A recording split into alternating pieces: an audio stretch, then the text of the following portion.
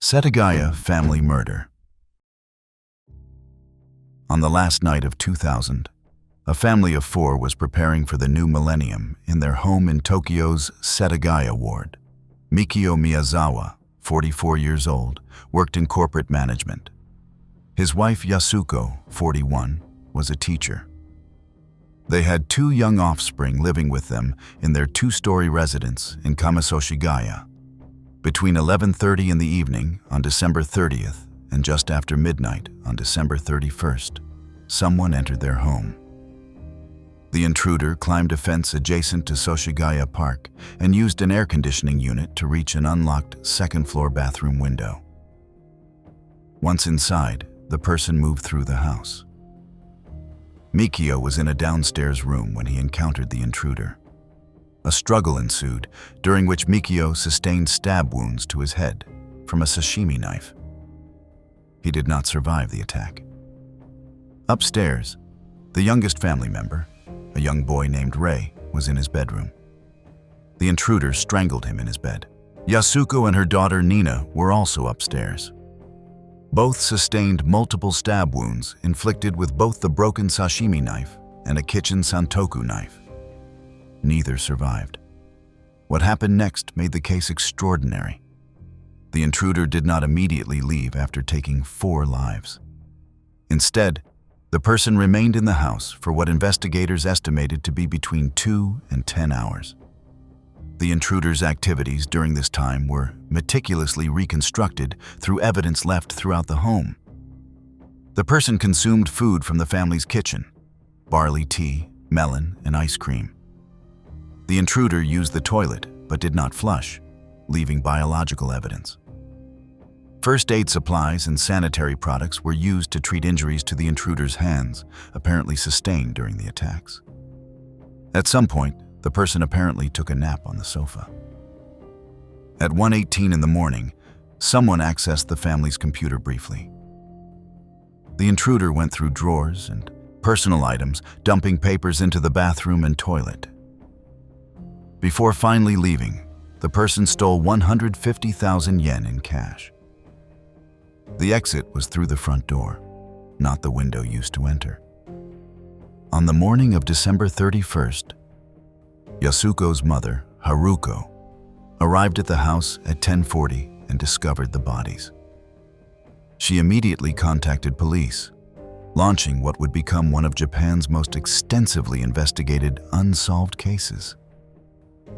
The crime scene yielded an extraordinary amount of physical evidence.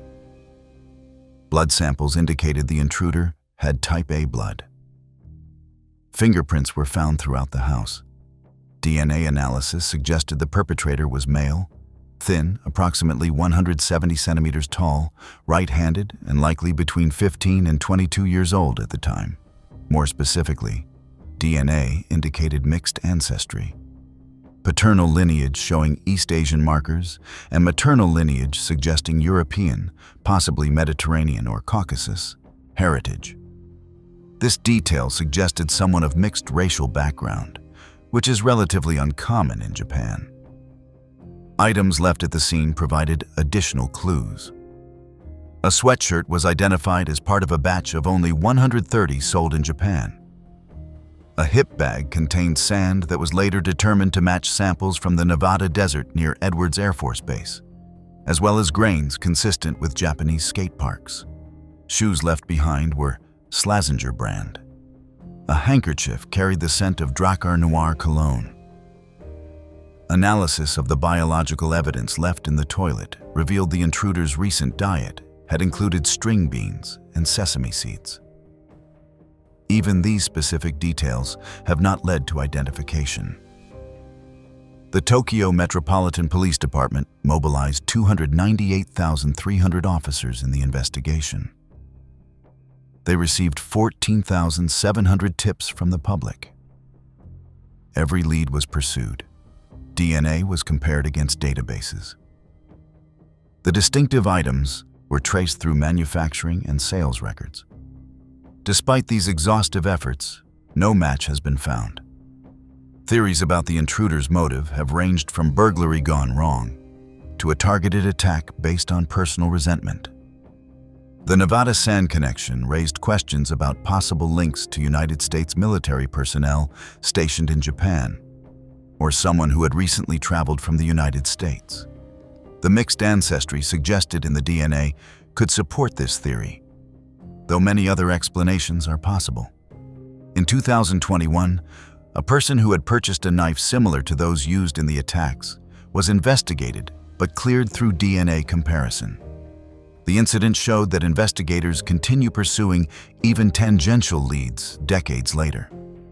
In 2013, police created a three-dimensional model of the crime scene to aid in analysis and training.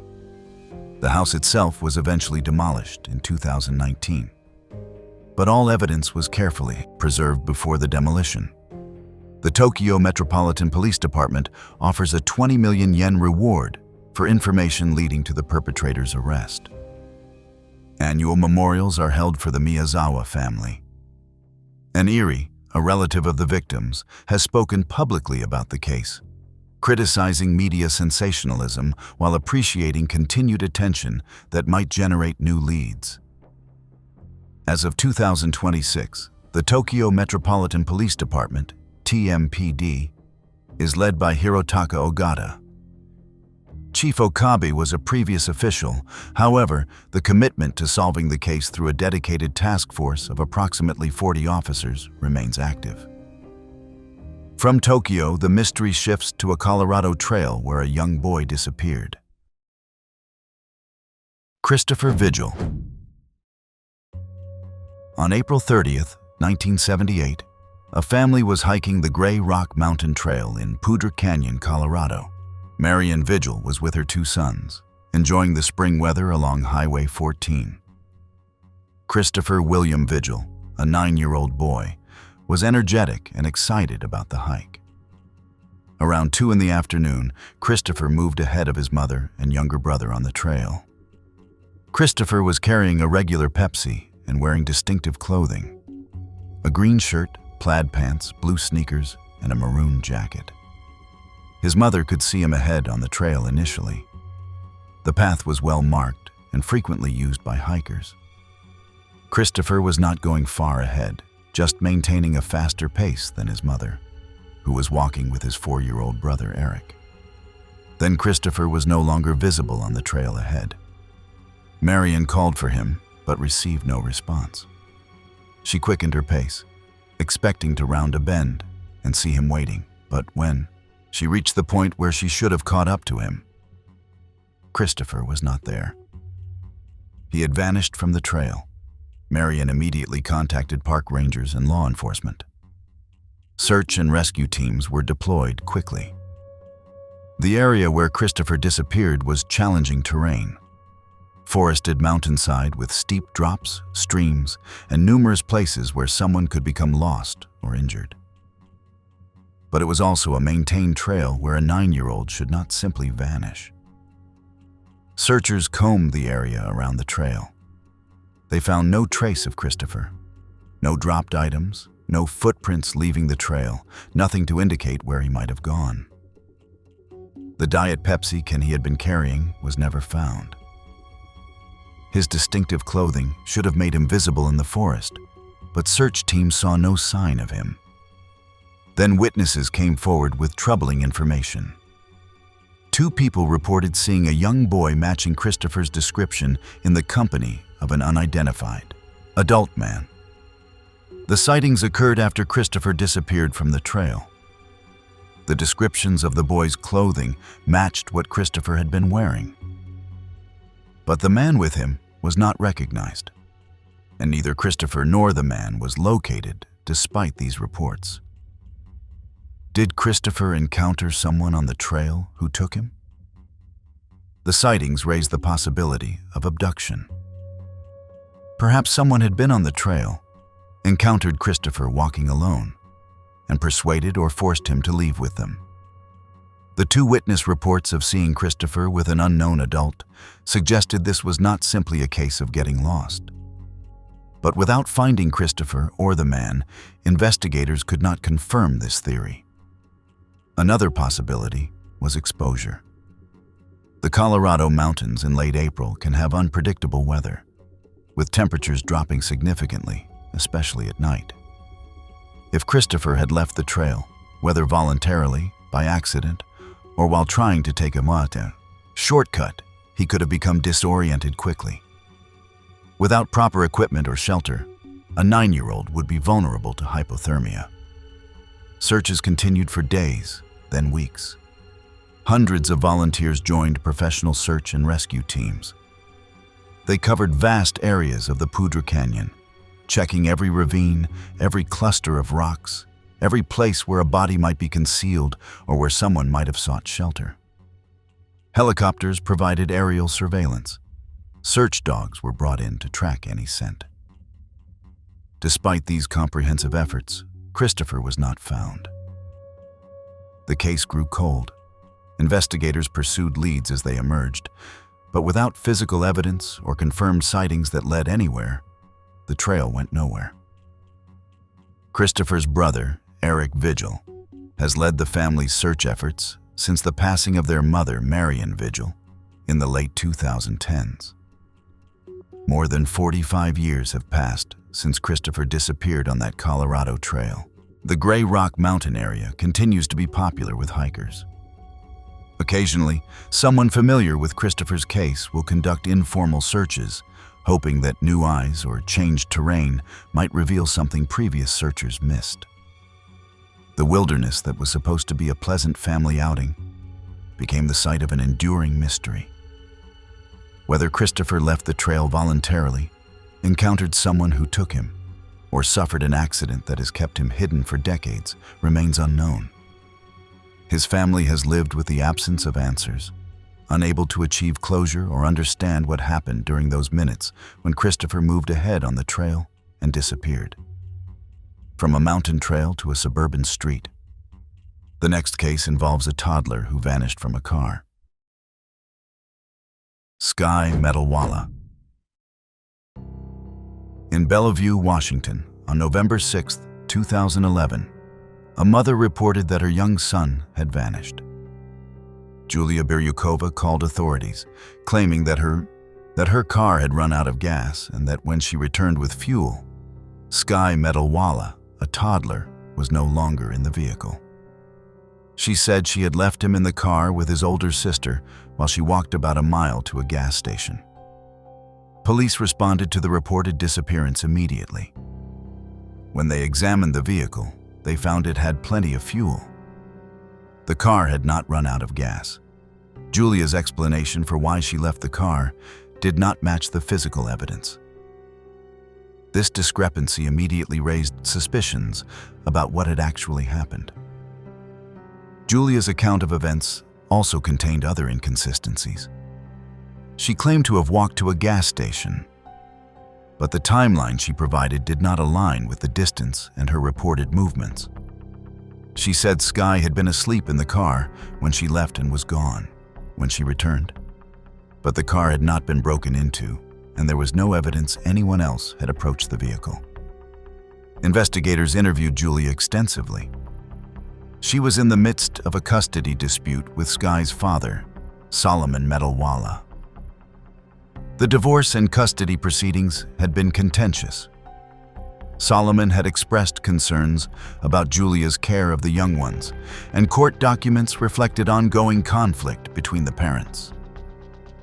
Sky's older sister, who Julia claimed had been in the car with Sky, was too young to provide a reliable account of what happened.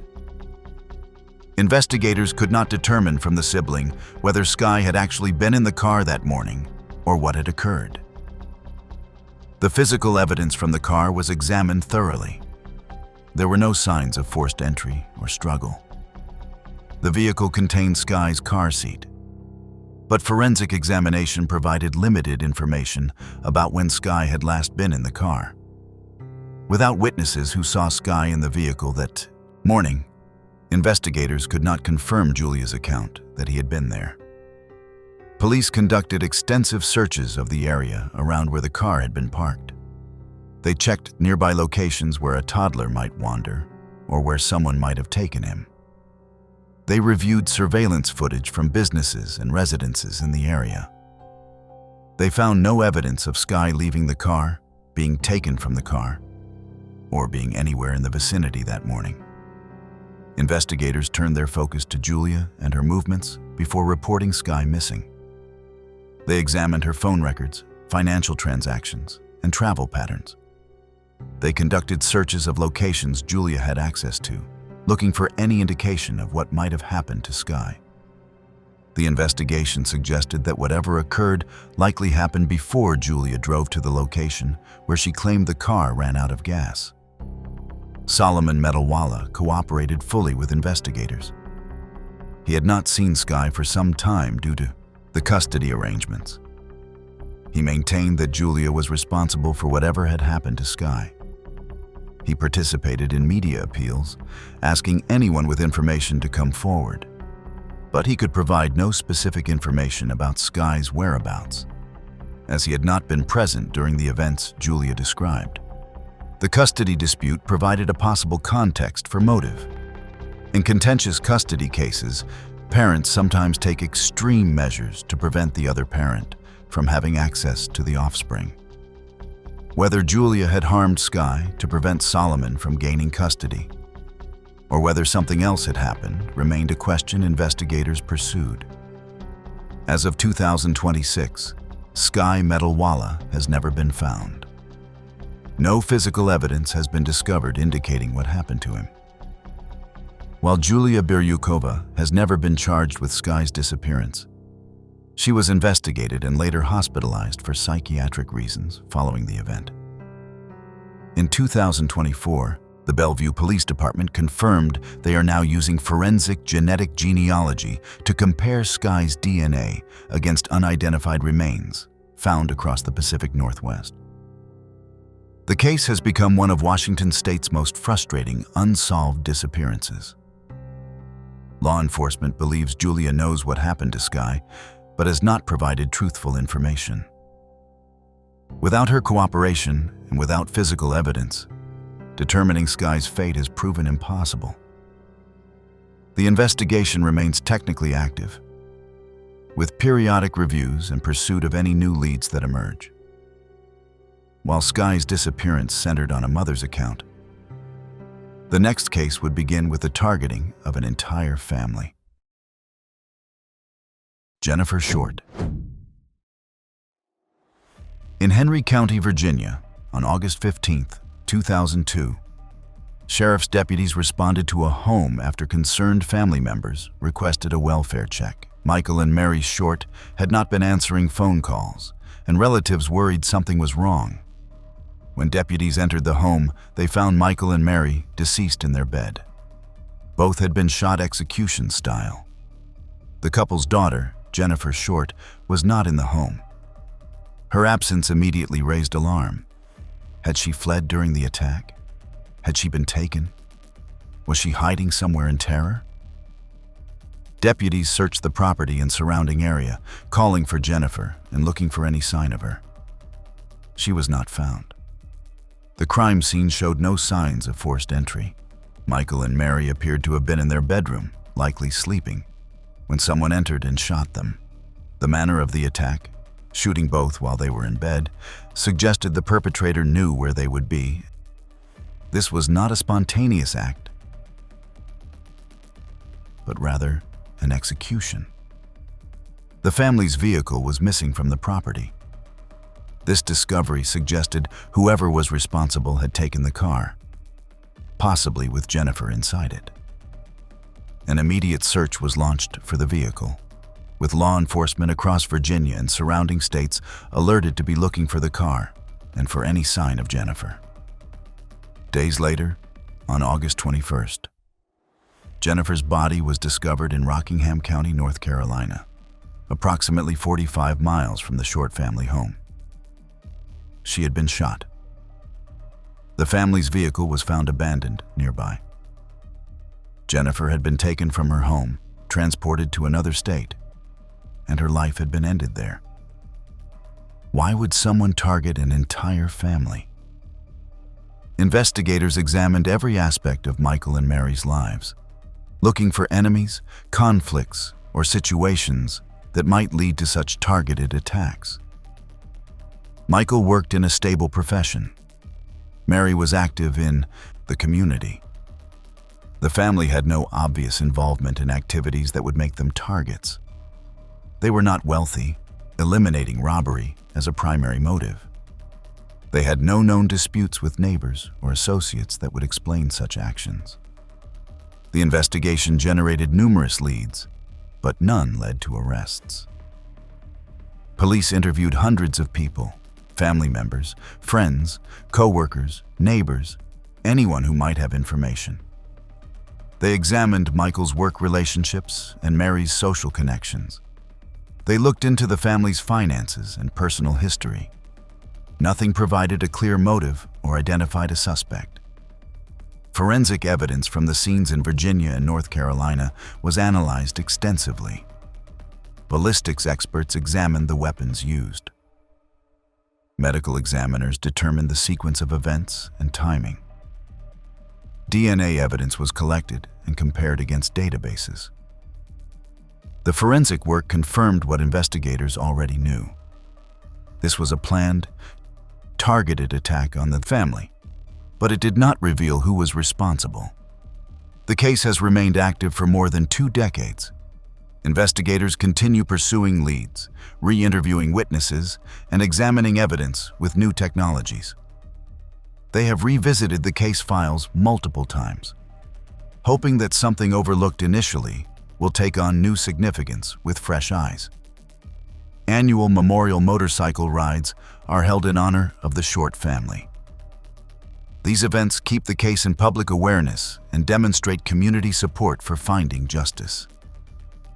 Participants include family members, friends, and people who never knew the Shorts but are moved by their story and the lack of resolution. The Henry County Sheriff's Office has indicated that persons of interest have been identified over the years, but evidence sufficient for charges has not materialized.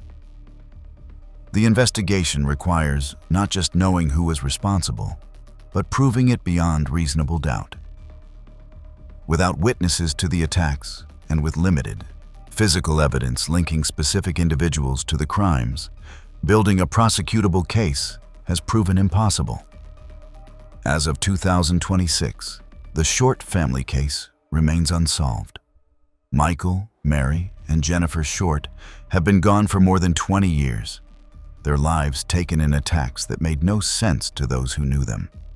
Investigators remain committed to finding answers, but time works against them as witnesses age, memories fade, and the urgency of the immediate aftermath diminishes. From Virginia to Maryland, the next case involves a man whose passing was classified one way, but questioned by those who knew him. Ray Rivera. In Baltimore, Maryland, a man went missing on May 16, 2006. Ray Rivera, 32 years old, left his home after receiving a phone call. He told his wife Allison he was going out but did not specify where or why. That would be the last time Allison saw him alive. When Ray did not return and could not be reached, his family became increasingly concerned. On May 24th, 8 days after Ray disappeared, his body was found. He was discovered in a room at the Belvedere Hotel in Baltimore. The room was accessed through a hole in the roof. Someone or something had crashed through from above. Ray's body was found in a second-story meeting room inside the Belvedere Hotel's annex and parking garage. The hole was located in the roof of this lower annex, not the main roof of the 14-story hotel tower. Medical examiners classified Ray's passing as probable self-inflicted, concluding he had jumped from the hotel roof. The hole in the roof and Ray's position in the room below seemed consistent with a fall or jump from above. But Ray's family and friends immediately questioned this conclusion. They insisted Ray showed no signs of planning to end his own life. The circumstances raised significant questions. Ray's belongings, including his glasses, wallet, and cell phone, were found near his body and appeared undamaged. If someone had fallen from a height sufficient to crash through a roof, Their personal items should have been damaged or scattered.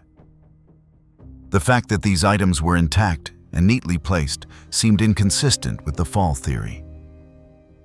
A note was found in Ray's home, tucked inside his computer. The note contained cryptic messages, references to various topics, and language that seemed disconnected and strange. Some interpreted it as evidence of mental distress. Others saw it as something written for a different purpose entirely, perhaps related to Ray's work. The note's meaning remained ambiguous and subject to interpretation. Ray worked in finance, creating reports and analyses for a company. Some theorized his work might have put him in contact with information that made him a target. The company he worked for operated in areas where confidentiality was crucial. Had Ray discovered something he should not have? Had his work created a situation where someone wanted him silenced? These theories suggested foul play rather than a self-inflicted passing. The call was traced to the Stansberry and Associates switchboard. But because the company used a shared extension system, investigators could never identify the specific individual who placed the call. And a company-wide non-disclosure agreement prevented employees from discussing the matter with the media. This silence raised questions about what Ray was told that made him leave his home so suddenly and what might have happened after he left. Physical evidence from the Belvedere Hotel was limited. The route Ray would have had to take to reach the roof was not clearly established. The hotel's security and access systems should have recorded someone going to the roof, but no such evidence was found. How Ray accessed the roof, if indeed he did, remained unexplained. The distance from the roof to where the hole was located presented another problem. Engineers and forensic experts who examined the scene questioned whether someone jumping from the roof could have created a hole in that particular location. The trajectory seemed inconsistent with a direct fall. Would someone jumping from that height land where Ray was found? Or would physics suggest a different impact point? Allison Rivera and Ray's family have consistently maintained that the self-inflicted classification is wrong. They argue that Ray had no history of mental health issues, no indication he was planning to harm himself, and no reason to suddenly end his life. They believe he was either harmed by someone else or his passing was staged to appear self-inflicted. The case gained widespread attention when it was featured in a streaming documentary series. The publicity generated new tips and renewed interest in finding answers. Some who had not previously spoken about what they knew came forward. But despite this renewed attention, no definitive explanation has emerged for what happened to Ray Rivera. As of 2026, the case remains officially classified as probable self-inflicted, though that classification is disputed. The Baltimore Police Department maintains that the evidence supports the original conclusion. Ray's family continues advocating for the case to be investigated as a potential homicide, believing that critical questions remain unanswered and that the official explanation does not account for all the evidence. While Ray's case divided official conclusions from family beliefs, the next would begin with a young person leaving home in a storm. Asha Degree.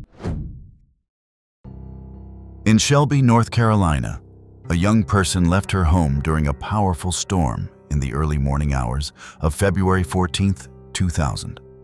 Asha Degree, 9 years old, walked out of her house while her family slept. The weather was terrible. Heavy rain, strong winds, temperatures near freezing. It was not weather that would draw someone outside willingly, especially not in the middle of the night. Around 4 in the morning, 2 different motorists reported seeing a young person walking along Highway 18. The person was moving south, away from Asha's home. The drivers noticed because it was so unusual. A young individual out alone on a highway in the middle of a stormy night. One driver turned around to check on the person, but when they approached, The individual ran into the woods alongside the highway and disappeared.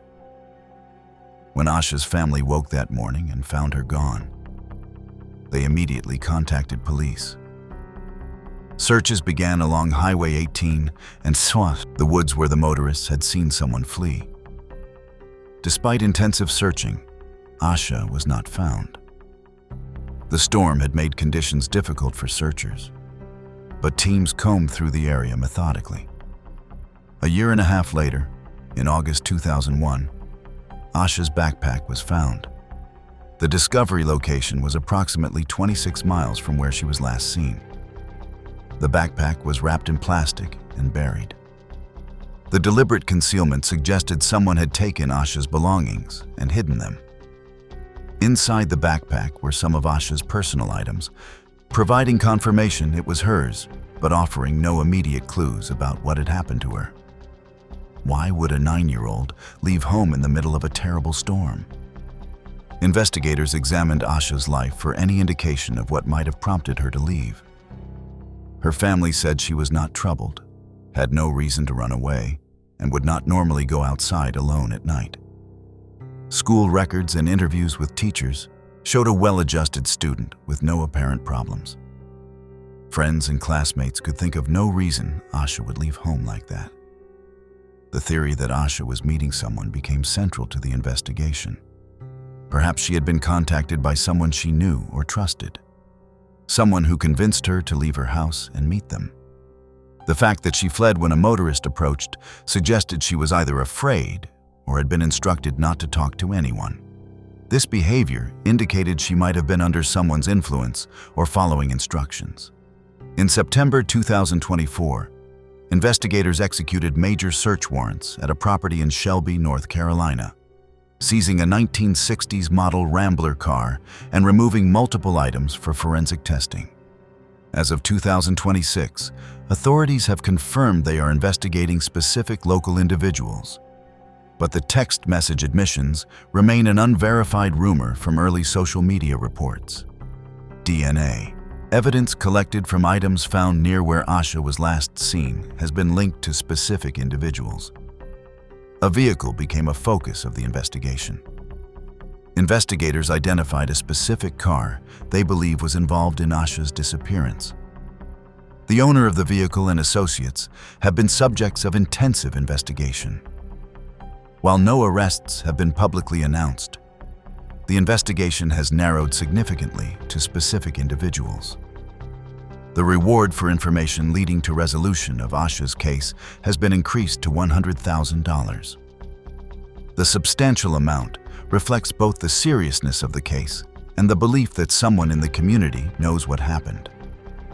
The proximity of the individuals being investigated to Asha's life suggests this was not a stranger abduction, but rather someone known to her or her family.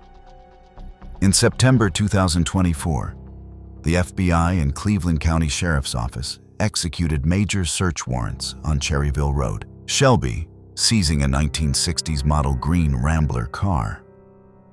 While the search was a major breakthrough, authorities have not officially confirmed the discovery of admissions of guilt via text messages. The Cleveland County Sheriff's Office has conducted multiple searches of properties connected to persons of interest. Items have been seized and are being analyzed forensically. The investigation has taken on renewed intensity, with authorities clearly believing they have identified those responsible for Asha's disappearance. For Asha's family, the 25 years since she left home have been consumed by unanswered questions. The recent developments offer hope that finally, after a quarter century, they will learn what happened to their daughter. The suggestion that people in their community may have known what happened all along makes the lack of earlier resolution even more painful. If you've made it this far and enjoy deep dives into the most shocking criminal cases, hit that subscribe button and don't forget to press the bell icon. From North Carolina to Texas, the next case involves a discovery in a home that shocked investigators. Icebox murders. In Houston, Texas, on June 23, 1965, neighbors noticed something was wrong at the Rogers family home. Fred and Edwina Rogers had not been seen for several days. Their adult son Charles had also not appeared at work or been in contact with associates. Concerned individuals contacted police, requesting a welfare check on the elderly couple. When officers entered the home, they found human remains in the refrigerator. Fred and Edwina Rogers had been dismembered. Their bodies had been carefully cut apart and stored in the household appliance. The crime scene was methodical and disturbing, suggesting whoever was responsible had spent considerable time and effort in the disposal of the bodies. Charles Rogers, the couple's son, was nowhere to be found. He had not been seen since around the time his parents presumably passed. His disappearance immediately made him the primary suspect. The investigation focused on locating Charles and determining whether he was responsible for what had happened to Fred and Edwina. Charles had a complex background. He was educated and had worked in professional capacities. But his relationship with his parents was complicated. Some who knew the family suggested tensions existed within the household. Whether these tensions escalated to the point of leading to such extreme actions became a central question. Financial records showed unusual activity around the time of the passings. Documents had been manipulated, including deeds and financial instruments. The forgeries suggested someone was attempting to gain control of Fred and Edwina's assets. The timing of these forgeries coinciding with the passings pointed toward a financial motive for the crimes. Investigators pursued Charles Rogers across state lines. Sightings and potential leads placed him in various locations, but none were confirmed. Some reports suggested he had fled to Mexico. Others indicated he might have remained in the United States under an assumed identity. Despite nationwide alerts and extensive investigation, Charles was never located. Theories about Charles's fate ranged from continued hiding to having taken his own life to avoid capture. Some investigators believed he escaped successfully and lived under a new identity for years. Others thought the stress and guilt might have led him to end his own life in a location where his body was never found. The lack of any confirmed sightings or contact with known associates suggested either very effective hiding or that Charles himself had passed. More exotic theories suggested Charles had connections to intelligence agencies and that his disappearance was facilitated by those connections. These theories lacked substantial evidence, but reflected the mystery surrounding how someone could vanish so completely despite being the subject of intensive law enforcement attention. The Rogers home and its contents were examined thoroughly. Beyond the remains in the refrigerator, investigators found evidence of the family's life and Charles's activities. Personal papers, photographs, and other items provided insight into family dynamics, but did not explain definitively why events unfolded as they did. As of 2026, more than 60 years after the Icebox murders, Charles Rogers has never been found. The case remains technically open, though active investigation has long since ceased. If Charles survived his flight, he would now be extremely elderly or more likely deceased from natural causes. The likelihood of ever confirming what happened to him diminishes with each passing year. From Texas to California, where 5 men vanished after a basketball game. Yuba County 5. In Chico, California, on February 24, 1978, 5 men attended a college basketball game. Gary Mathias, 32 years old, Jack Madruga, 30, William Sterling, 29, Jack Hewitt, 24, and Ted Wire, 32, were friends who enjoyed watching sports together. After the game ended around 10 in the evening, they left in Madruga's car to return home. That was the last time anyone saw all 5 men alive. The men never arrived at their homes that night. When families could not reach them the next day, concern grew quickly. Police were contacted, and a search began for the 5 missing men and Madruga's vehicle. The route from Chico to their home area was straightforward, making their disappearance all the more puzzling. Days later, Madruga's car was found on a mountain road near Rogers Cow Camp, approximately 70 miles from where they should have been. The vehicle was stuck in snow on a remote forest road. This discovery was shocking. The location was completely off any logical route home. How had they ended up on a mountain road in winter conditions when they were simply driving home from a basketball game? The car showed no signs of mechanical problems. It had fuel. The men had simply abandoned it in the snow and apparently walked away. Their abandoned vehicle sparked an intensive search of the surrounding area. The Plumas National Forest in winter was treacherous, with deep snow, freezing temperatures, and numerous places where people could become lost or succumb to exposure. Months passed before the grim discoveries began. Ted Weiher's body was found in a Forest Service trailer about 19 miles from where the car had been abandoned. The trailer was stocked with survival supplies, food, propane, blankets, but most of these supplies had not been used. Weiher had apparently been in the trailer for weeks, but he had consumed very little of the available food and had not properly utilized the heating sources. Medical examination suggested he survived for 8 to 13 weeks in the trailer before succumbing to exposure and starvation. The remains of other members of the group were found in the forest. Jack Madruga, William Sterling, and Jack Hewitt did not survive. Their bodies were located in areas suggesting they had wandered through the forest, eventually succumbing to the harsh conditions. None were found near the trailer where Weiher had been. Gary Mathias was never found.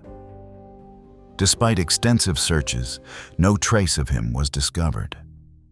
Whether he wandered farther than the others and perished in a location that has not been searched, or whether something else happened to him, remains unknown.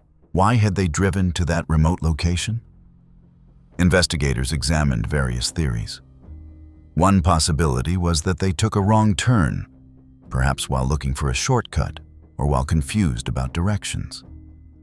The mountain road where their car was found was not clearly marked, and in darkness and potentially snowy conditions, they could have made a navigation error that proved fatal. Gary Mathias had a history of mental health issues, including schizophrenia. Some theorized that he might have been experiencing symptoms that led to confusion or poor decision-making. If Mathias was driving or giving directions, his mental state could have influenced the group's actions. But this theory was complicated by the fact that 4 other men were present, and it seemed unlikely they would all follow directions that were clearly wrong without questioning them.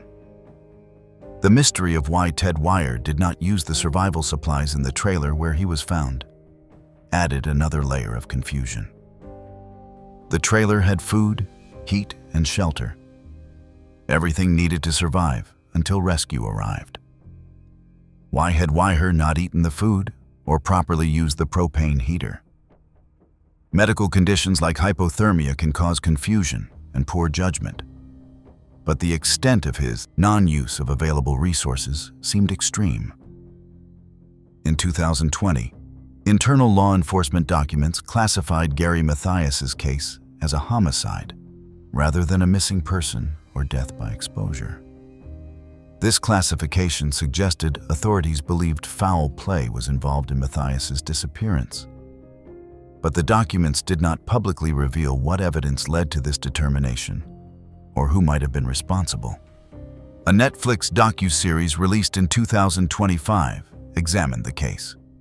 The renewed attention brought family members back into public discussion, pleading for anyone with information to come forward. The families emphasized that many questions remained unanswered and that they still sought understanding of what happened to their loved ones. While the Yuba County 5 died in a forest, the next family met their end in their Illinois trailer home. Dardine family. In Ena, Illinois, on November 18, 1987, a horrific discovery was made. Keith Dardeen had not reported to work, and concerned co-workers asked police to check on the family. Officers entered the Dardeens' mobile home and found Keith's wife Elaine, their young son, and Elaine's newborn deceased. All had sustained severe injuries from blunt force trauma. The brutality of the scene was extreme and disturbing. Keith was not in the mobile home. His body was found later that day along a nearby road. He had been shot multiple times. The evidence suggested Keith had returned home from work, encountered whoever had harmed his family, and was then taken from the mobile home and shot. The crime scene provided limited clues about who was responsible. There was no evidence of forced entry. Nothing appeared to have been stolen. The attack seemed to serve no obvious purpose beyond the infliction of harm itself. This randomness or motiveless quality made the crime especially difficult to understand and investigate. Forensic analysis determined the sequence of events and the approximate timing. The attack on Elaine and the offspring occurred first, likely while Keith was at work. The newborn had been delivered during or shortly before the attack, suggesting Elaine had gone into labor. Whether the birth prompted the perpetrator to act or was coincidental to the timing remains unknown. The weapon used in the blunt force attacks was never recovered. Investigators believed it was a bat or similar implement. The weapon would have been covered in biological evidence after the attacks, meaning whoever used it either cleaned it extensively or disposed of it in a location where it has never been found. Why would someone commit such acts against a family with no apparent connection to criminal activity or dangerous situations? Keith worked at a water treatment plant. Elaine was a homemaker caring for their young family. They had recently moved to Illinois from elsewhere, meaning they had not established deep roots or long-standing relationships in the area. This transience made it less likely the attack stemmed from local conflicts or long-standing disputes. They were relative newcomers, making them unlikely targets of someone with a personal grudge. Years after the incident, a man named Tommy Lynn Sells confessed to the Dardeen family attacks. Sells was a confirmed serial offender who traveled extensively and committed numerous crimes across the United States. He confessed to many incidents, including the Dardeens. However, investigators found inconsistencies in Sells's confession. Details he provided did not match known facts about the crime scene. He appeared to be confessing to crimes he had not committed, perhaps for notoriety or other reasons. Sells was executed in 2014 for a separate confirmed case. His passing meant he could not be questioned further about the Dardeen case or any other crimes he may or may not have committed. Investigators who examined his confession remained skeptical that he was actually responsible for the Dardeen family attacks. FBI profilers who examined the Dardeen case found the crime defied typical patterns. The level and nature of the attacks did not fit established profiles of serial offenders or typical family annihilators. The lack of robbery, the apparent randomness, and the specific details of what was done made the case unusual even among horrific crimes. This uniqueness suggested either a perpetrator whose behavior did not fit known patterns or a specific motive that was not apparent to investigators. Evidence from the case has been preserved and is stored with law enforcement. As DNA technology advances, there is hope that biological evidence from the scene might eventually be matched against databases or provide leads that were not possible with earlier forensic methods. But as of 2026, no match has been made and no suspect has been identified. From Illinois to Panama, where two hikers entered a jungle trail and never returned. Chris Kremers and Lisanne Froon. In Panama in April 2014, two Dutch young women arrived for a planned stay. Chris Kremers and Lisanne Froon, both in their early 20s, were spending time in Boquete, a town known for its hiking trails and natural beauty. On April 1st, they set out to hike the Pianista Trail, a popular route for tourists. They were seen beginning the hike in the late morning. They never returned. When Chris and Lisanne failed to meet their tour guide as planned on April 2nd, concern grew quickly. Search efforts began, with local authorities and volunteers combing the trail and surrounding jungle. The Pianista Trail was well traveled, and the women were experienced hikers. Their disappearance seemed unlikely given the conditions and their backgrounds. Days turned into weeks with no sign of the women. Then, 10 weeks after they vanished, a local woman found Lisanne's backpack near a riverbank. The backpack was in relatively good condition, considering it had apparently been exposed to jungle conditions for months. Inside were items belonging to both women, their phones, a camera, and personal belongings. The phones revealed that distress calls had been attempted starting on April 1st, just hours after the women began their hike. Multiple calls to emergency services were made, but did not connect.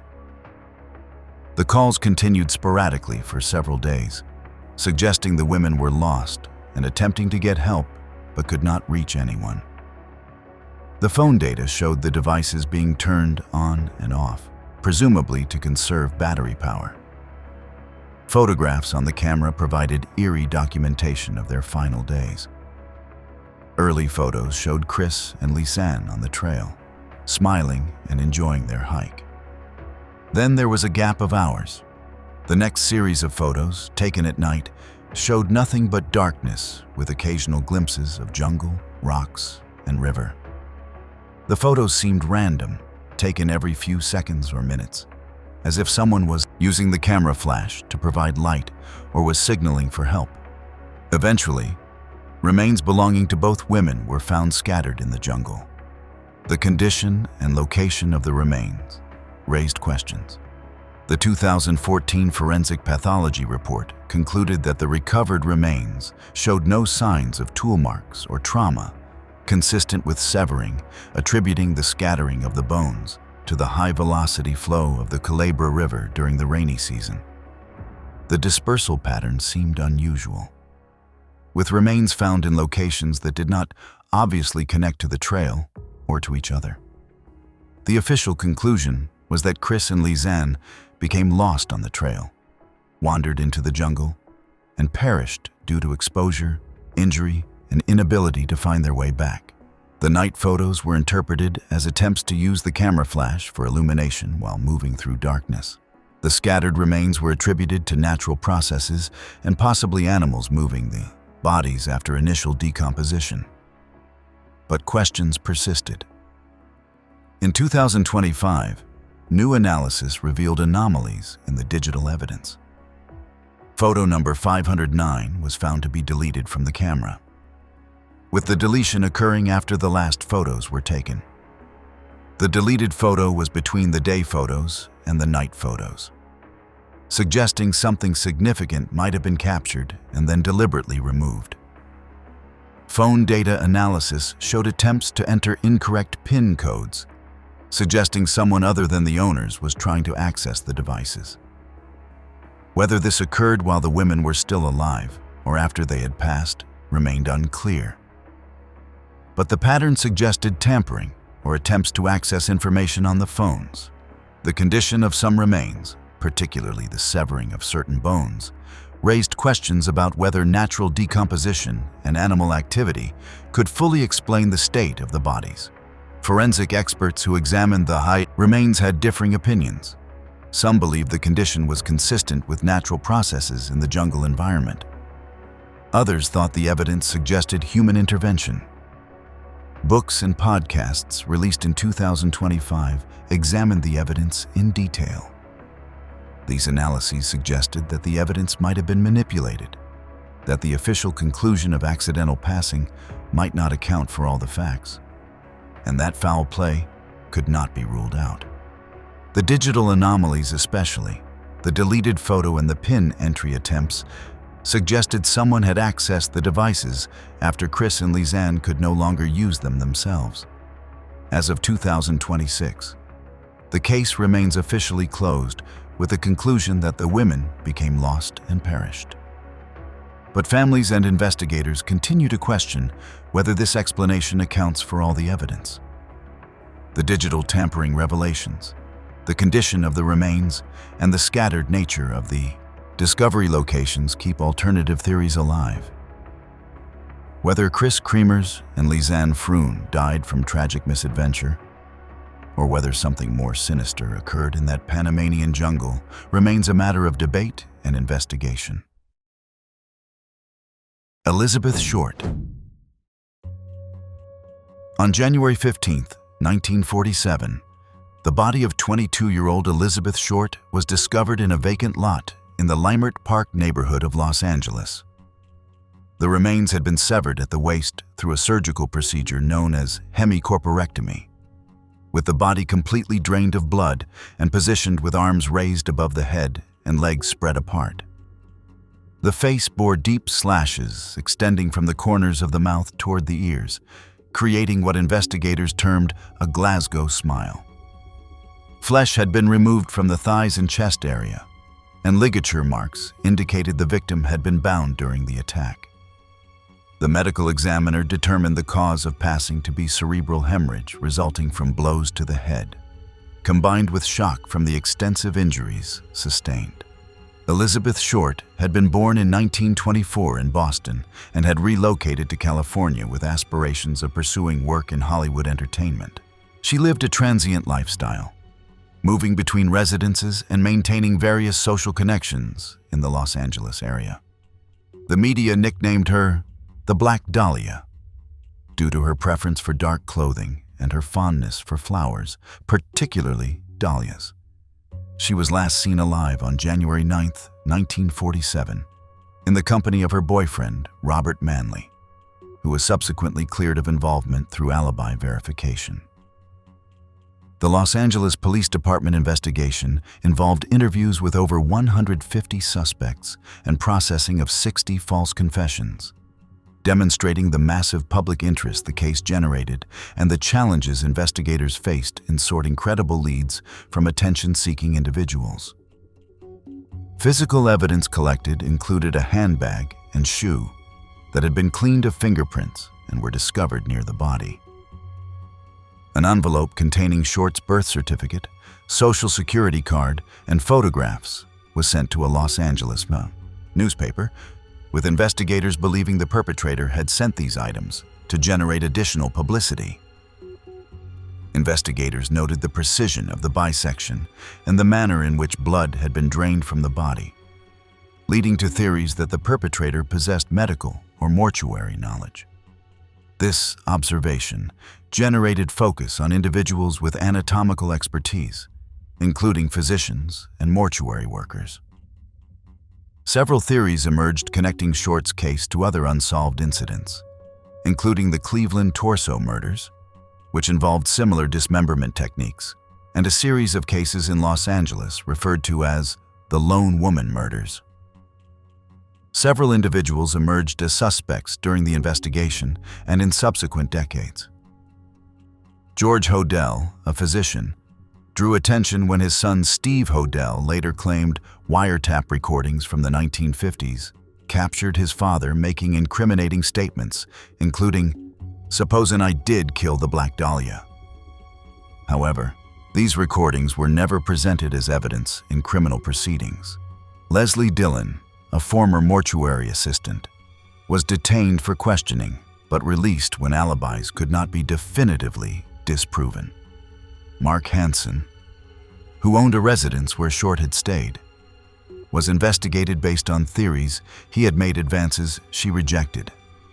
In 2025, an amateur researcher named Alex Baber proposed a theory connecting Short's case to the Zodiac killings through analysis of cryptographic messages attributed to the Zodiac. Baber's interpretation suggested a cipher decoded to reference Marvin Merrill, which he identified as an alias used by a suspect named Marvin Margolis. Baber noted that Margolis had shared living quarters with Short and that a 1992 sketch of a suspect in related cases resembled the pattern of mutilation inflicted on Short. while Alex Baber and his team claim to have utilized forensic document examiners and independent specialists to verify the decoding of the Zodiac's Z13 cipher as Marvin Merrill, the National Security Agency, NSA, has not officially confirmed or verified this decoding, as the agency typically does not provide public authentication for amateur solutions to civilian cold cases. A reporter for the Los Angeles Examiner was quoted stating, "This is the best story since the war," reflecting the intense media attention the case generated.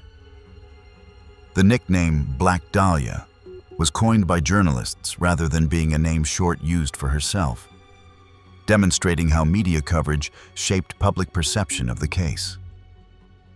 The investigation has never resulted in criminal charges, and the case remains officially unsolved. The cultural impact has been substantial, inspiring numerous books, films, and continued amateur investigation efforts throughout the decades since 1947. The next case would involve an entire family targeted in their home. The Ketty Cabin Murders. Between the evening of April 11th and the morning of April 12th, 1981, at Cabin 28 in the Ketty Resort community in California, 4 individuals were taken in a brutal attack.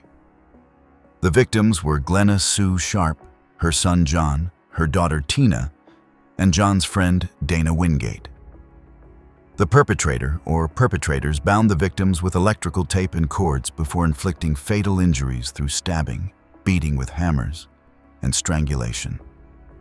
Sue Sharp was found gagged and partially unclothed, while Tina Sharp was not located at the cabin but had been taken from the scene. Sue's younger sons and a friend had been sleeping in a nearby bedroom and were not harmed during the attack. The scene was discovered on the morning of April 12th when Sue's daughter Sheila returned to the cabin and found the bodies in the living room. The positioning of the victims and the implements used in the attack indicated prolonged violence rather than rapid execution. Tina Sharp's skull was discovered 3 years later in 1984 at a location called Camp 18, establishing that she had been removed from the cabin alive, but had subsequently been taken elsewhere. The discovery of her remains provided confirmation of her fate, but raised additional questions about the perpetrator's movements and whether she had been held at an intermediate location before being taken to the discovery site. 2 individuals emerged as primary suspects: Martin Smart, who lived in a neighboring cabin, and John Bo Bubede, who had been staying with Smart and had a criminal history. A therapist reported that Smart had made statements during counseling sessions that could be interpreted as confessions, including, "I've paid the price of your love, and now I've bought it with 4 people's lives." This statement was interpreted as potentially referring to the Sharp family, though Smart never faced charges before his passing. Bubede was documented providing false statements during interviews with investigators, though he similarly was never charged before his demise. A claw hammer that had been missing from Smart's residence was believed to match one of the weapons used in the attack, and a hammer was recovered in 2016 during renewed investigation efforts. The recovery of this potential murder weapon decades after the original crime demonstrated both the value of preserving evidence and the challenges of solving cases when crucial physical evidence is not located during initial investigation phases. Forensic testing of the hammer was conducted to determine if biological evidence remained that could be analyzed with contemporary DNA techniques. The motive for the attack has been theorized to involve Smart's domestic situation. Sue Sharp had reportedly counseled Smart's wife about leaving the marriage due to difficulties in the relationship. Investigators explored whether Smart had developed animosity towards Sue based on her involvement in his marital issues, leading him to target her and those present in the cabin that evening. A witness named Justin, who had been present in the cabin, provided descriptions of 2 male intruders under hypnosis during later interviews, though the reliability of hypnosis-assisted testimony has been questioned by forensic experts. In 2018, Sheriff Greg Hagwood confirmed that DNA recovered from a piece of tape at the crime scene matched a living person of interest. But investigators have clarified that a DNA match in a social setting, like a resort cabin, does not necessarily prove criminal culpability, which is why no charges have been filed as of late 2025. The delay between the DNA match and potential charges has generated frustration among family members seeking resolution. The case remains officially open, with the Plumas County Sheriff's Office maintaining that investigation continues despite the passage of over 4 decades since the original incident. But some disappearances leave no crime scene to investigate. Amelia Earhart. On July 2, 1937, aviator Amelia Earhart and her navigator Fred Noonan vanished during an attempt to circumnavigate the globe by air. They had departed from Lae, New Guinea, and were attempting to locate Howland Island in the Pacific Ocean for refueling when radio contact was lost. The final transmission received stated, "We are on the line, 157-337. We are running on line north and south," indicating they were following a navigational line, but had not successfully located the island. The United States Navy and Coast Guard conducted what became the largest search operation in American history to that point, expending approximately $4 million in 1937 currency, but recovered no trace of the aircraft or its occupants. Earhart had been born in 1897 in Atchison, Kansas, and had become the first woman to fly solo across the Atlantic Ocean in 1932. Her accomplishments in aviation made her an international celebrity, and her attempt at a round-the-world flight was heavily publicized. The flight plan required multiple refueling stops across continents and oceans, with each leg presenting navigational challenges given the technology available in the 1930s. The attempt to locate Howland Island, a tiny landmass in the vast Pacific, represented one of the most difficult segments of the journey. The most widely accepted theory among aviation experts and historians is that Earhart and Noonan failed to locate Howland Island due to navigational errors compounded by weather conditions and fuel exhaustion, resulting in the aircraft crashing into the ocean. The depth of the Pacific in the area where they were believed to be flying would have prevented recovery of wreckage using 1930s technology, and the dispersal of debris by ocean currents would have eliminated surface evidence within days of any crash. Alternative theories have been proposed throughout the decades since 1937. The castaway hypothesis suggests Earhart and Noonan may have landed on Gardner Island, now known as Nikomaroro, and survived for a period as castaways before succumbing to exposure or lack of resources.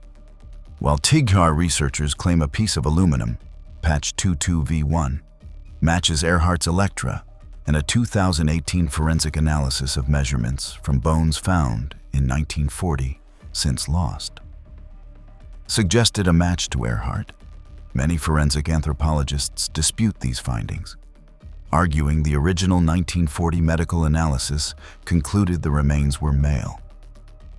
However, definitive proof connecting these items to Earhart has not been established through forensic analysis. Another theory proposes that Earhart and Noonan were captured by Japanese military forces after landing in territory controlled by Japan, with some variants suggesting they were accused of espionage and held in custody. This theory relies on anecdotal testimony from individuals claiming to have seen Earhart in Japanese custody, though no documentary evidence from Japanese military archives has been located to support these accounts. The United States government investigated these claims during the post-war period when access to Japanese records became available, but found no corroborating documentation. In January 2024, Deep Sea Vision released sonar images of an object on the ocean floor, roughly 16,000 feet deep, that bears a striking resemblance to Earhart's Lockheed Electra 10E, located approximately 100 miles from Howland Island. However, A 2025 follow-up expedition is required to confirm if the object is indeed her aircraft. Another aviation-related case would involve very different circumstances. Natalie Wood. On November 29, 1981, actress Natalie Wood was discovered deceased in the waters off Santa Catalina Island, California. She had been aboard a yacht named Splendor with her husband, actor Robert Wagner, actor Christopher Walken, and the boat's captain, Dennis Davern. The Los Angeles County coroner initially classified the incident as accidental drowning, with alcohol intoxication listed as a contributing factor. However, the circumstances surrounding how Wood entered the water generated questions that persisted for decades after her passing. Wood harbored a well-documented fear of water stemming from childhood experiences and predictions she had heard about drowning. This phobia made her voluntary entry into ocean waters during nighttime hours seem inconsistent with her established behavioral patterns. Medical examination documented bruises and abrasions on Wood's body, with some of these injuries appearing inconsistent with a simple fall from a boat. The presence and pattern of these bruises prompted forensic pathologists to question whether Wood had been involved in an altercation before entering the water. Wagner and Walken provided statements indicating they had engaged in a heated verbal disagreement during the evening, though both maintained the argument had not involved physical contact. Captain Davern later suggested in interviews that he had heard more intense confrontation than was initially reported to investigators, though his accounts shifted over the years, raising questions about the reliability of his recollections. The yacht's inflatable dinghy was found separated from the main vessel and drifting in the area where Wood's body was recovered, suggesting she may have attempted to secure it or board it before ending up in the water. In 2011, authorities reclassified the investigation from accidental death to suspicious circumstances, acknowledging that the bruising patterns and other evidence warranted renewed examination. This reclassification stemmed from advances in understanding how injuries appear on bodies recovered from water and from fresh analysis of the original autopsy photographs using contemporary forensic expertise. Robert Wagner was designated a person of interest in 2018, though he declined to provide additional statements to investigators beyond his original accounts from 1981. As of late 2025, the Los Angeles County Sheriff's Department has not cleared Robert Wagner. While they acknowledged in 2022 that they had run out of leads, they explicitly stated he remains a person of interest, and the case stays open. Theories about what occurred range from Wood attempting to tie down or board the dinghy, and accidentally falling into the water while intoxicated, to Wood deliberately entering the water in a state of distress following arguments aboard the yacht, to scenarios involving more direct causation that led to her entry into the water. The lack of independent witnesses to the actual moment Wood entered the water prevents definitive reconstruction of events. The case remains technically open with an undetermined manner classification, acknowledging that while drowning was the immediate cause, the circumstances leading to drowning remain unclear. The next case would transform consumer safety regulations. The Chicago Tylenol murders. Between September 29th and October 1st, 1982, 7 individuals in the Chicago metropolitan area passed away after consuming extra-strength Tylenol capsules that had been laced with potassium cyanide. The victims experienced rapid onset of symptoms following ingestion, with cyanide poisoning causing death within hours or minutes. Medical examination established that the capsules had been tampered with, containing cyanide concentrations far exceeding lethal doses. The discovery that multiple unrelated individuals had been poisoned by the same product prompted immediate public health response and product recalls across the nation. The first victim was 12-year-old Mary Kellerman of Elk Grove Village, who died after taking a capsule for a cold. Later that day, 3 members of the Janus family also died after taking capsules from the same bottle. When family members also became ill after taking capsules from the same bottle, medical personnel recognized a poisoning pattern. Subsequent investigation revealed that bottles purchased from different retail locations contained contaminated capsules, indicating the tampering had occurred either during manufacturing, distribution, or at retail locations, rather than in a single household. The geographic spread of contaminated bottles across the Chicago area suggested either multiple tampering incidents or distribution of contaminated product through normal supply chain channels.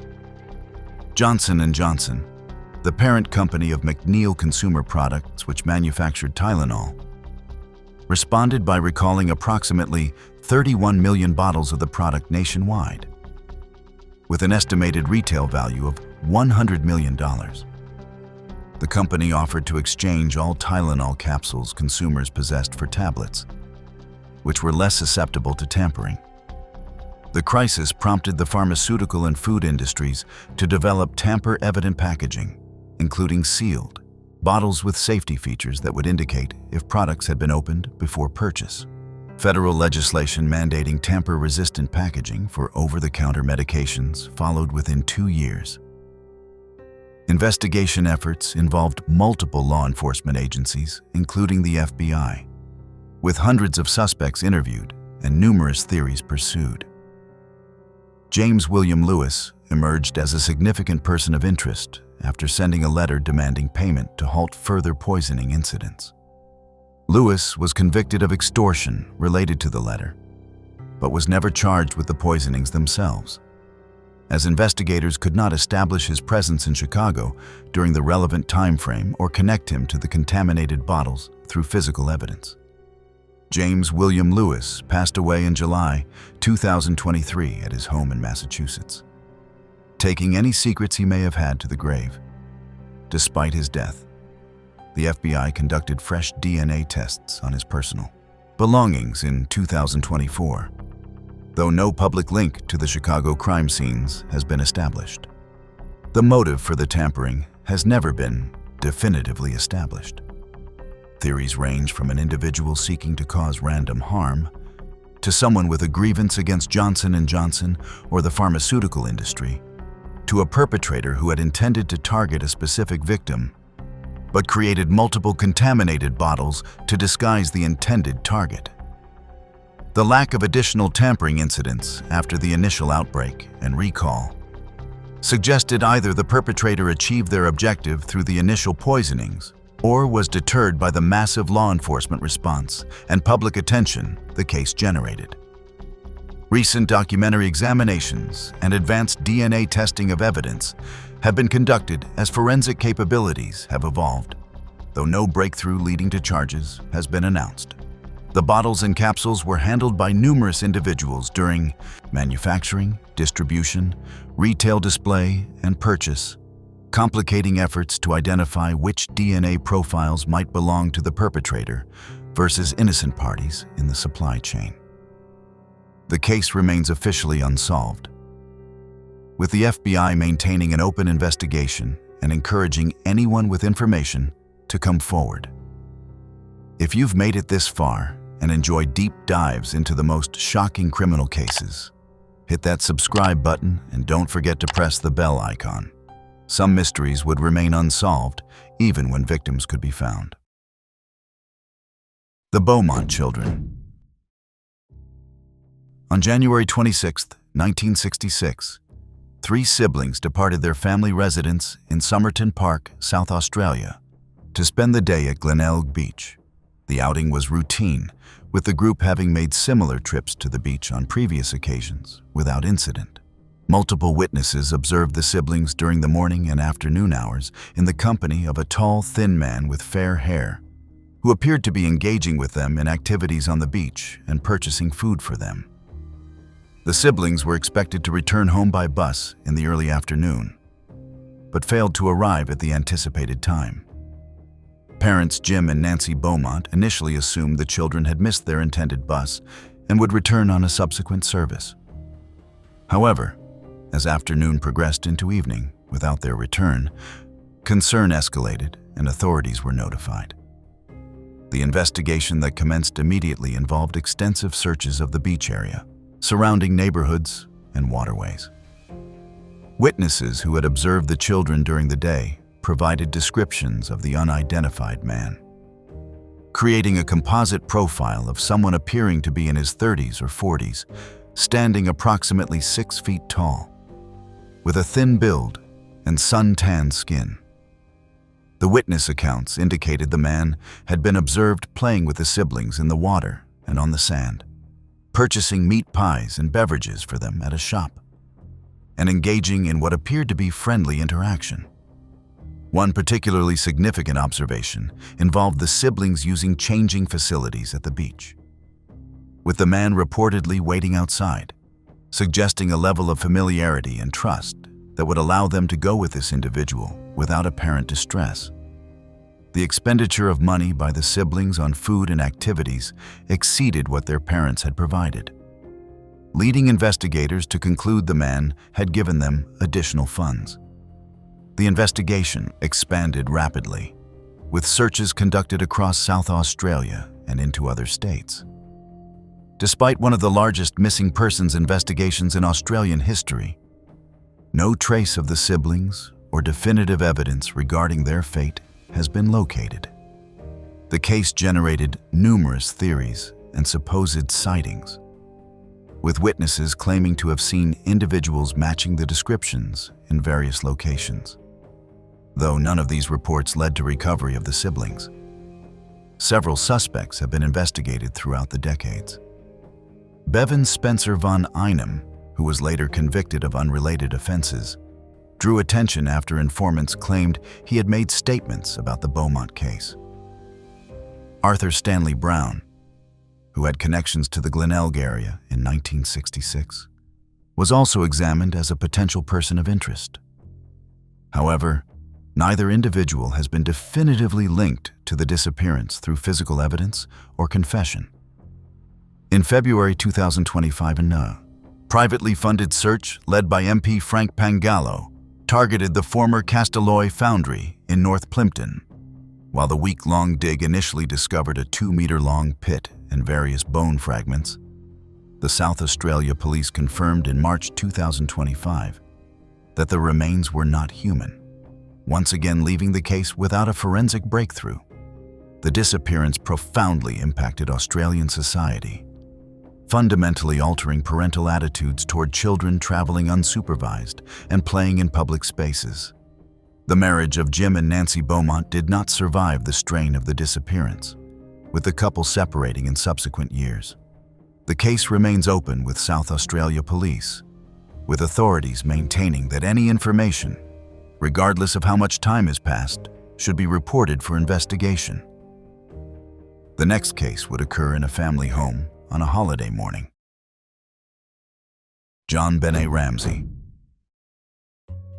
On December 26, 1996, the body of a young individual was discovered in the basement of a residence in Boulder, Colorado.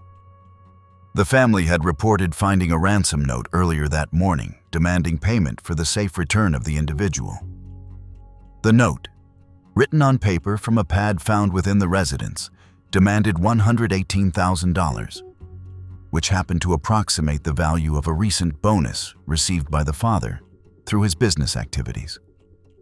The letter included specific instructions about delivery of funds and threats about consequences if authorities were contacted. Though the family had immediately notified police upon discovering the note, medical examination determined the cause of passing to be strangulation by means of a garrote device fashioned from cord and a wooden handle, combined with a skull fracture. The sequence of injuries and the time between the skull fracture and strangulation became subjects of forensic debate, with experts disagreeing about which injury occurred first and whether both were inflicted by the same individual. Evidence indicated the victim had eaten pineapple shortly before passing, though family members provided conflicting accounts about when and how this food had been consumed. The crime scene presented numerous anomalies that complicated investigation. The ransom note's length and content struck investigators as unusual, with the document extending to 3 pages and including phrases that seemed inconsistent with typical kidnapping demands. The note was written in the home rather than prepared in advance, suggesting either lack of planning or staging. The basement window showed signs of disturbance, with broken glass and displaced items. Though forensic analysis could not definitively establish whether entry or exit through this opening had occurred on the night of the incident or at an earlier time. DNA evidence recovered from the victim's clothing identified genetic material from an unknown male individual who did not match any family members or known associates. This DNA has been entered into national databases but has not generated matches to known offenders. The presence of this unidentified DNA has been interpreted by some investigators as supporting an intruder theory, while others have questioned the significance of trace DNA that could have been transferred to the clothing through secondary contact during manufacturing or handling. The investigation initially focused substantial attention on family members, with both parents and the sibling facing intense scrutiny from law enforcement and media. In 2008, the Boulder County District Attorney issued a formal apology to the family and stated that DNA evidence had cleared them of involvement. However, public debate about family involvement has persisted, with competing theories continuing to circulate in true crime communities and media coverage.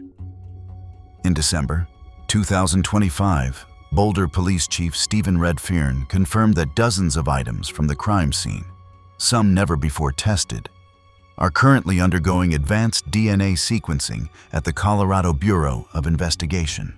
John Ramsey has publicly urged the use of forensic genetic genealogy, FGG, calling it the gold standard for finally identifying the unknown male DNA found on JonBenet's clothing. But some cases would involve victims whose very identity remained unknown for decades. The Isdal woman. On November 29, 1970, hikers discovered burned human remains in Norway's Isdalen Valley, a remote location accessible only by hiking trail. The body had been positioned among rocks in an area known locally for its isolation and difficult terrain. Evidence at the scene included empty bottles that had contained a sedative medication and additional bottles containing a flammable liquid. The positioning of the body and the presence of these materials led investigators to consider both self-inflicted passing and staged scene scenarios. Medical examination determined the individual had consumed a fatal dose of sleeping medication and had also been exposed to carbon monoxide, with burns having occurred while the individual was still alive. The extent of the burns and the consumption of the medication complicated efforts to establish a definitive sequence of events. Personal identifying materials, including jewelry and labels from clothing, had been removed, suggesting deliberate effort to prevent identification. Fingerprints had been erased through the burning process, further hindering identification efforts. Investigation of hotel records revealed the individual had traveled through Norway and other European countries, using multiple false identities documented in passports found among belongings. The passports bore different names but contained photographs of the same individual, indicating sophisticated identity falsification. Hotel registration cards were filled out in codes that investigators could not fully decipher, and the individual had checked luggage at a train station that contained additional coded notes and multiple wigs. The wigs suggested attempts to alter appearance, consistent with someone seeking to avoid recognition or surveillance. Witness accounts from hotel staff and other travelers described the individual as polyglot, capable of conversing in multiple languages, including German, French, and Flemish, with some observers noting what they characterized as a Balkan or Eastern European accent.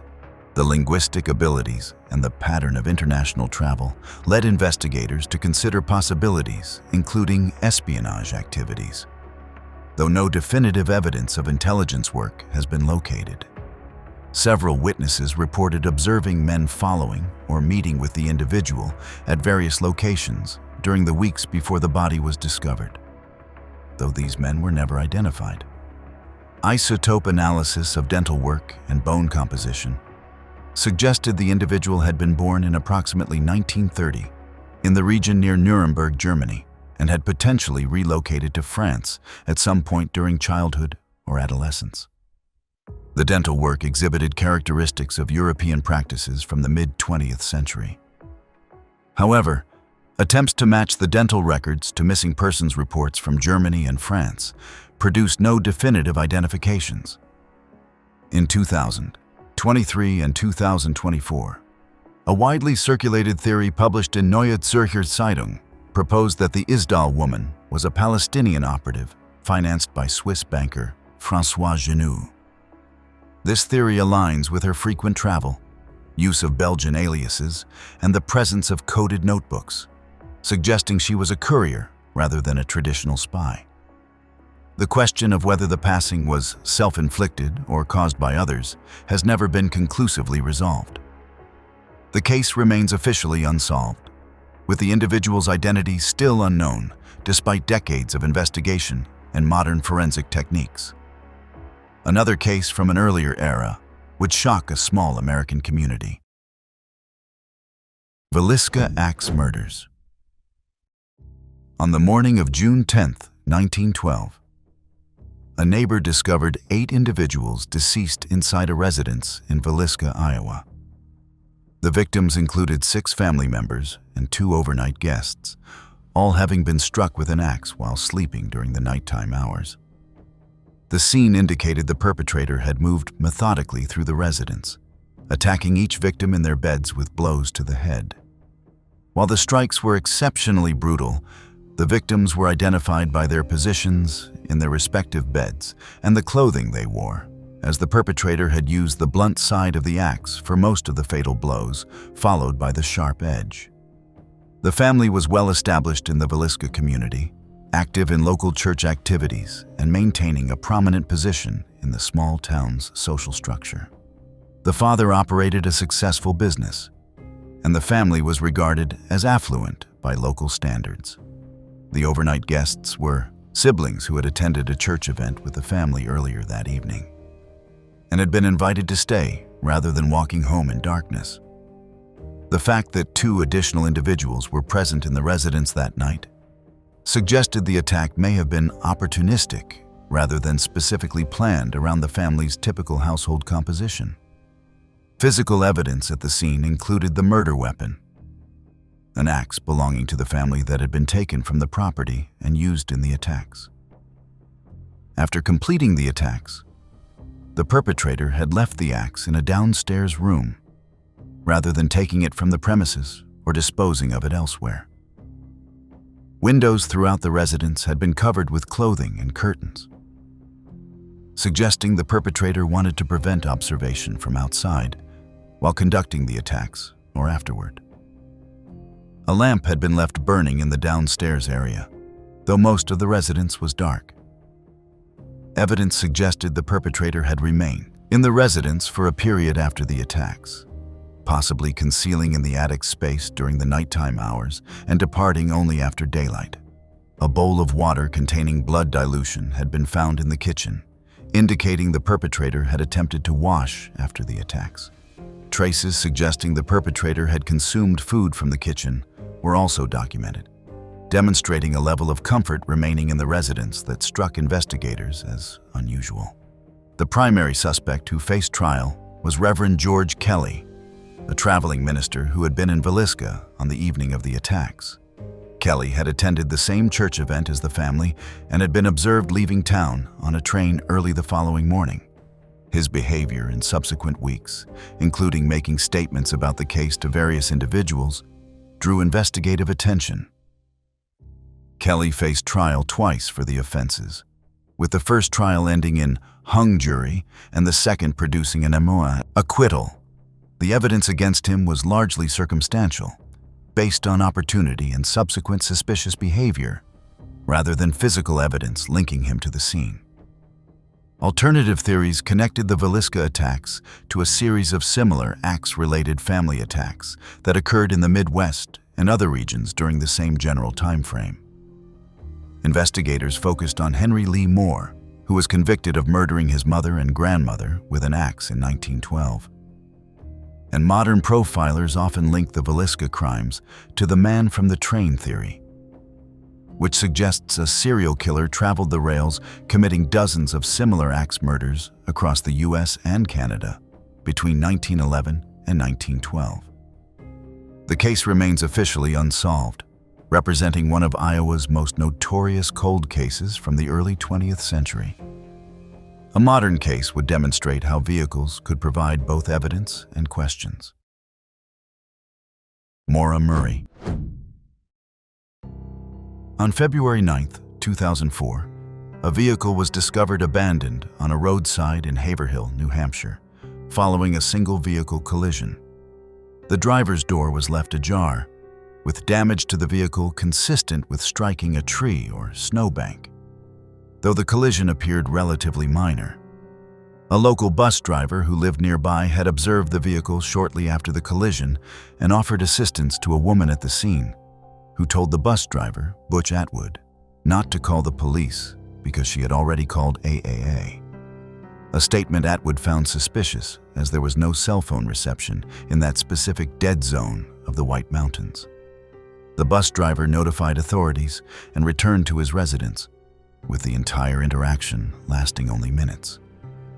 When law enforcement arrived approximately 10 to 15 minutes after the bus driver's call, the scene was empty, with no individual present at or near the vehicle. The driver had departed on foot, though the direction taken could not be definitively established. Personal belongings remained in the vehicle, including directions to Burlington, Vermont, alcohol containers showing evidence of recent spillage, and a damaged cell phone. The vehicle belonged to the missing individual's father and had been in the driver's possession for several days prior to the collision. Investigation revealed that the individual had left college abruptly earlier that week, sending email messages to instructors and supervisors indicating a family emergency required absence. However, family members later confirmed no such emergency existed, and the stated reason for departure appeared to have been fabricated. The individual had withdrawn most of the available balance from a bank account, purchased alcohol, and driven north from the college area into New Hampshire, though the intended destination and purpose of the trip remained unclear. The individual had been experiencing various stressors in the period before disappearance, including academic pressures related to nursing studies, complications in personal relationships, and recent involvement in minor legal matters related to unauthorized use of another person's credit card information.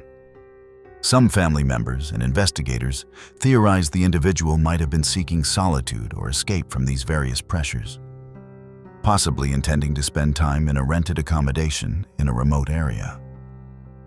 However, no confirmed reservations or destinations could be located through investigation of financial records or communications.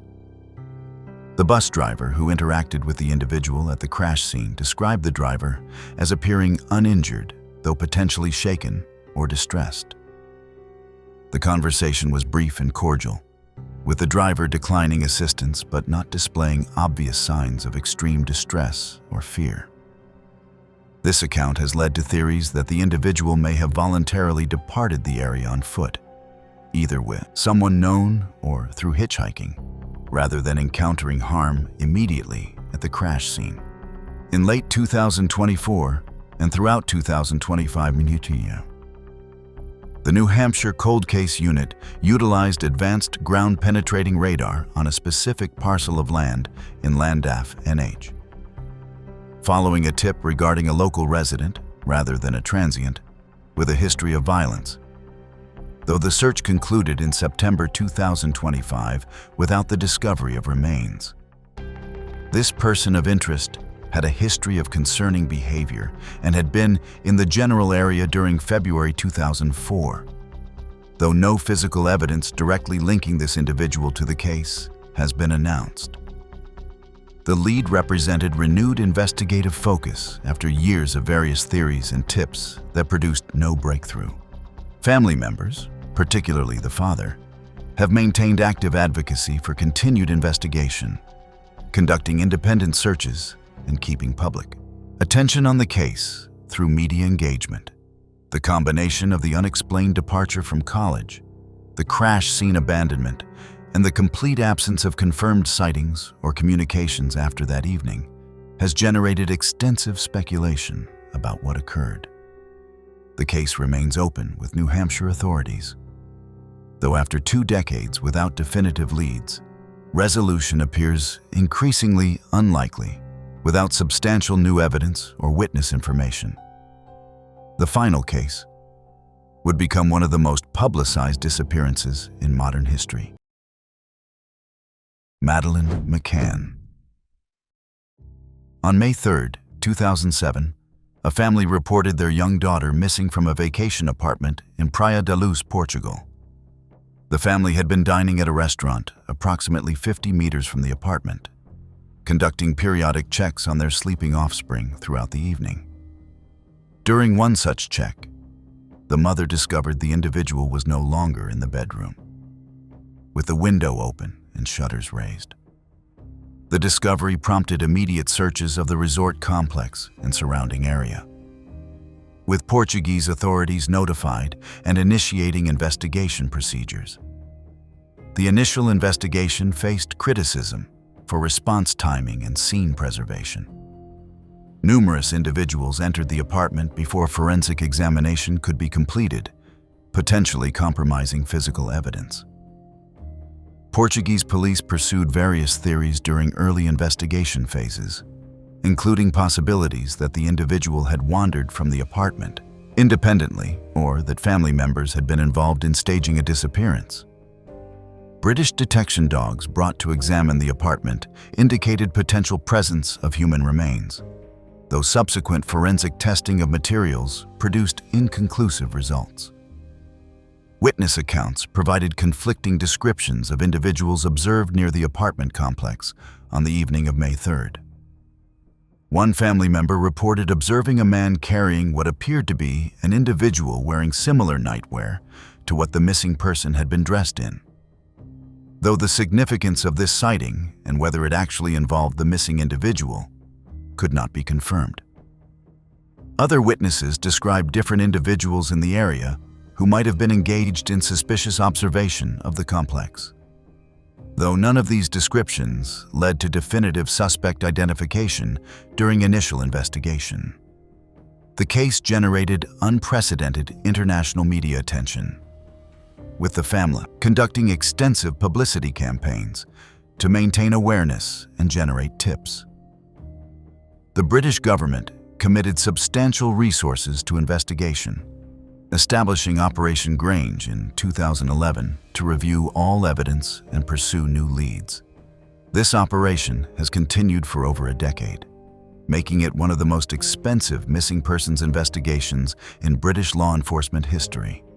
The decision to maintain such extensive commitment has generated debate about resource allocation and whether comparable cases involving less prominent families would receive similar attention.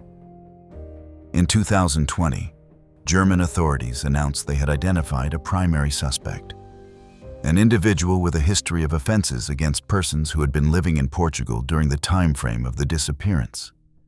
The suspect owned a mobile phone that connected to cell towers near Praia da Luz on the evening of May 3, 2007, placing the individual in the geographic area.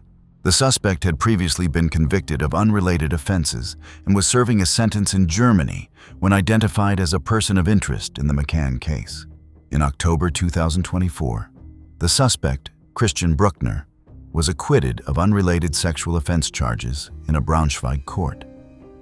However, as of December 2025, he remains in custody, serving a separate 7-year sentence for a 2005 rape.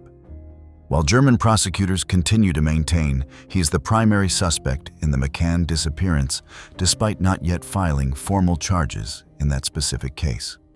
Despite years of investigation by German prosecutors, no charges were filed in connection with the McCann case.